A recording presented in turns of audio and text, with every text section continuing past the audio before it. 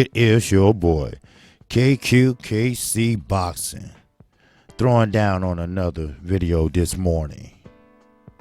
First, I would like to thank all my subscribers. I want to thank you all for all the kind words you gave me yesterday.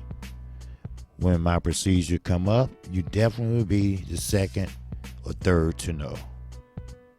And also, I would like to thank all my subscribers for my super chats and my PayPal. Now, my PayPal, that does mean a lot to me, because that way it all comes to me. And I want to thank you. And I really mean that. You all been good, great subscribers. Now, the subject at hand. Deontay Wilder, the bronze bomber, who has enlightened us with spectacular knockouts, who pretty much been knocking motherfuckers out his whole career. I mean, we have to be honest, his whole career. Because we talking about a man who had 41 knockouts and 42 fights, 40 knockouts and 41 fights. I mean, that's his whole career. And we're not only talking about in the ring, we are talking about outside the ring. See, I'm very high on guys that speak their mind, that's fundamentally sound. Now, we know he's not fundamentally sound, or let's say he's not the traditional boxer. But what he does, it works. And it works for him. And it confuses his opponents. That's why we had one of the greatest boxers, the most greatest defensive fighters that don't rub elbows with him. But like my old man always used to say, okay, well, fuck them. There you go. There you go.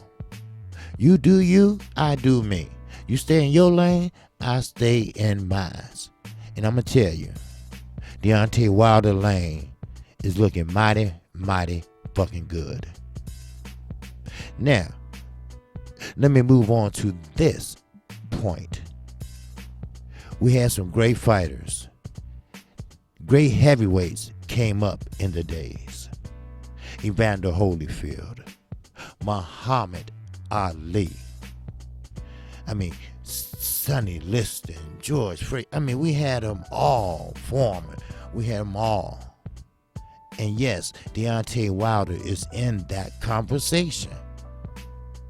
But everything comes to an end.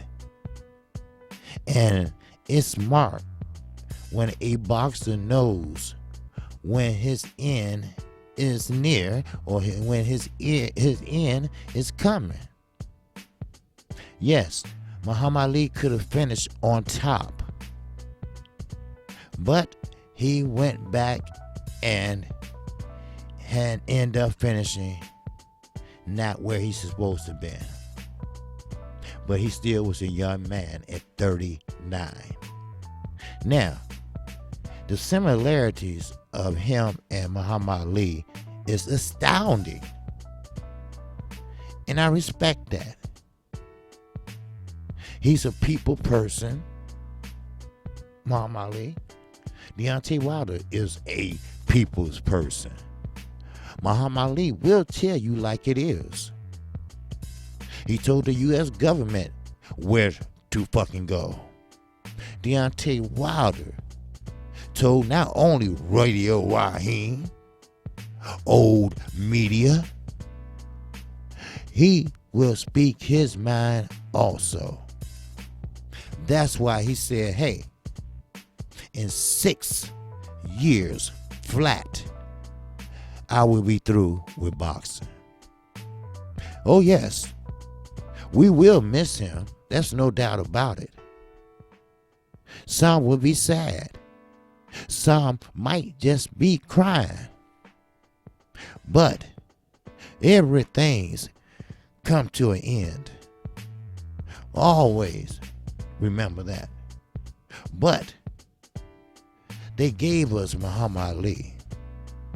Boxing gave us Deontay Wilder. Now, who will boxing give us next? I guarantee you the heavyweight division is back. Thanks to Deontay Wilder. Thanks to the greatest Muhammad Ali, who made the heavyweight division the best division, the leading division in the sport of boxing. See, I believe in the hard work and dedication myself. If you put in the work, you put in the dedication, you put in the mindset, then you will. Let me repeat that. Then you will be successful. So, as I move on, allow me to explain a few things. Now, if Deontay Wilder had his way, then life would truly begin at 40 for him. See, he would be 40 years old, and he had accomplished being in the Olympics, winning a bronze medal in 2008, and current is the longest reigning titleist, and never been shy about it. Envisioning the road, even while squarely focused on the task at hand. See, while hard at work for a heavyweight title fight against Luis Ortiz, the unbeaten knockout artist from Tuscaloosa, Alabama, has long ago begun his making plans for life after boxing. And let me take a sip of my coffee. 6 years is my max, he said, that I'm planning to finish my career. Now, Wilder is 41-0 with that one draw with you know who, asshole, that gave up on his own country to follow the money in this country. But think about this. You had 41 wins, no losses. But out of them 41 wins, you had 40 knockouts. That is astonishing. Now, in my opinion, I think he's not being promoted correctly. He should be way bigger than Canelo Alvarez. But then again, he's an honest, outspoken heavyweight. He do not take favors, Canelo. He wants to earn every belt that he gets, Canelo. He is not running down in weights because he can be a cruiserweight if he wanted to, but he doesn't. He don't run from his mandatories. Canelo, Gennady Golovkin,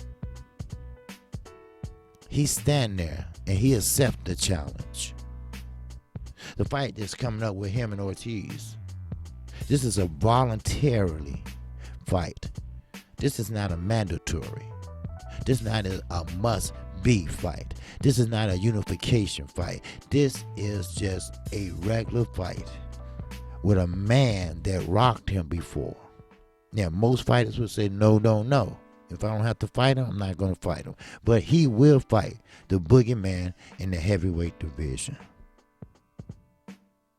Now, during a recent media workout, this was in Newport, Alabama, while training for his rematch with Ortiz, which takes place on November 23rd on Fox Sports pay-per-view, live from the MGM Grand, baby. And that's in the Garden Arena in Las Vegas, Nevada. It's a beautiful thing to have the team I started with to be the team that I finished with. Now, how many can say that? Now, Floyd Mayweather, he can say that simply because it was his father. It was his uncle.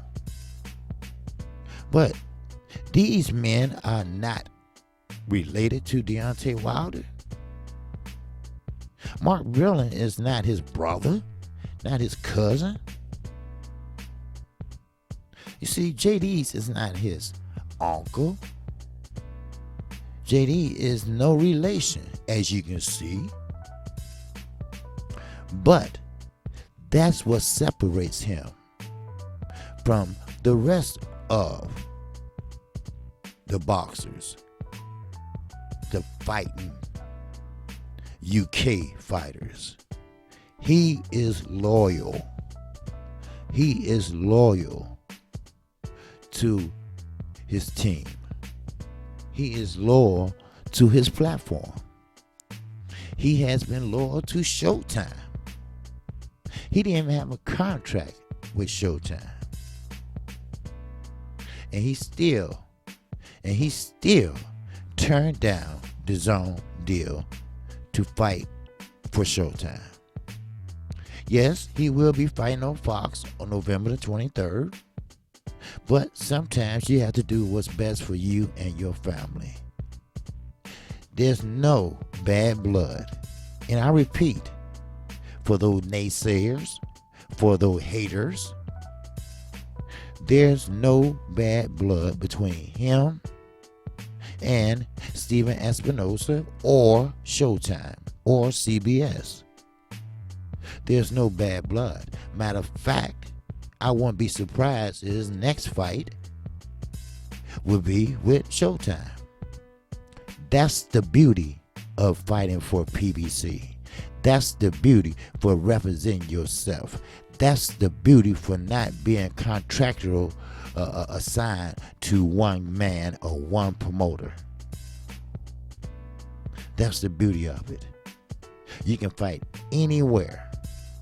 Then you can call Al Heyman, ask him to crunch the numbers for you. And of course, yes, you do have to pay him. But it doesn't matter where you go. You still pay him. Just for his smarts, his expertise, and his know-how of the sport of boxing in the business sense. See, I'm straight up talking to you about a man that gave us great fights. I mean, we talking about 41 of those fights. We talking about a man that has shown us things that we have forgotten. I'm 53. I forgot how heavyweights are fierce. How heavyweights mean business. How heavyweights don't say no. How heavyweight and how fighters don't chase the almighty dollar, but chase respect. See, respect beat fame and fortune each and every motherfucking time. Remember that. See, the team in which Wilder refers includes longtime head trainer JD's, as I mentioned, who has been with him since his first donated pair of gloves. Are you listening? His crash course into the sport provided enough lessons to serve on the 2008 Olympic team. And that was in Belgium, where he was the only American boxer to bring home a medal. That is astonishing. He didn't have to sit there and spend his whole childhood in a boxing gym. He didn't have to sit there and do what every boxer do. Come out the crib trying to fight. Spend every waking moment dieting, running, jogging, and lifting weight and doing everything. He didn't have to do all that. See, sometimes in life, oh Lord, that sometimes the boxing God said, no. We need you.